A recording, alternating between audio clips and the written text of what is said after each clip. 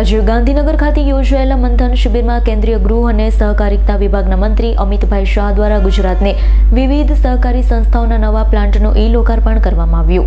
આજે ગાંધીનગર ખાતે યોજાયેલ મંથન શિબિરમાં કેન્દ્રીય ગૃહ અને સહકારિતા વિભાગના મંત્રી અમિતભાઈ શાહ દ્વારા ગુજરાતને વિવિધ સહકારી સંસ્થાઓના નવા પ્લાન્ટનું લોકાર્પણ કરવામાં આવ્યું। નર્મદા જિલ્લાની ધારીખેડા નર્મદા સુગર સહકારી મંડળીમાં 3 નવા પ્રોજેક્ટમાં પહેલો 30 મેગાવોટનો વીજળીનો પ્રોજેક્ટ, બીજો 45 કિલો પ્રતિ દિવસ ઇથેનોલ પ્રોજેક્ટ અને ત્રીજો 50 મેટ્રિક ટન ઓર્ગેનિક પોટાશિયમના ઉત્પાદન પ્લાન્ટનું લોકાર્પણ કરવામાં આવ્યું।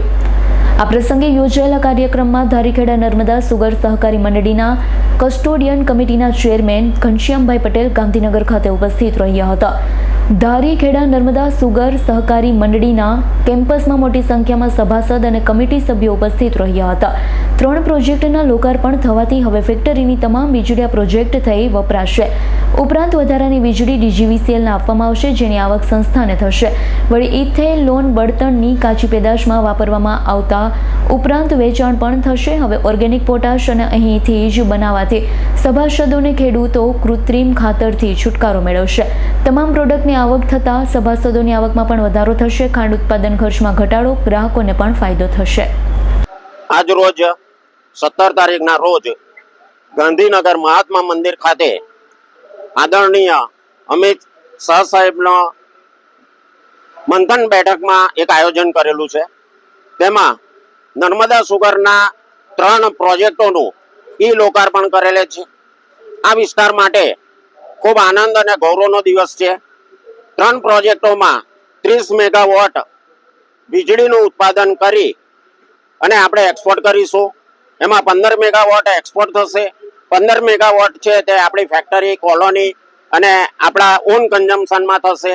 15 મેગાવોટ આપણે જીઈબી ગુજરાત ઇલેક્ટ્રિસિટી બોર્ડને આપણે એક્સપોર્ટ કરીશું વીજળીનો, અને તેનાથી ખૂબ મોટી આવક થવાની છે, જેનો લાભ આપણા સભાસદોને થવાનો છે। બીજો પ્રોજેક્ટ 45 KLPD ડિસ્ટિલરી, જે આદરણીય મોદી સાહેબ અને આદરણીય અમિત શાહ સાહેબનું સ્વપ્ન છે કે વધુમાં વધુ દેશમાં ઇથેનોલ બને અને આપણે પગભર થઈએ।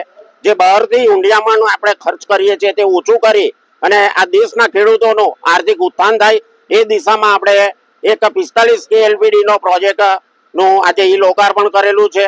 અને ત્રીજો પ્રોજેક્ટ આપણે 50 મેટ્રિક ટનનો ઓર્ગેનિક પોટાશ, જે પોટાશ અત્યાર સુધી વિદેશમાંથી આપણે ઇમ્પોર્ટ કરીએ છીએ, તો એ પણ વિદેશમાંથી એટલો પોટાશ આપણે લાવવાનો ઓછો થશે અને આપણે આપણા સભાસદોને આપણે પોટાશ ઓર્ગેનિક આપીશું, જેનાથી જમીન બચશે અને પાકનું ખૂબ જ ઉત્પાદન વધશે અને આપણું હુંડિયામણ પણ બચશે।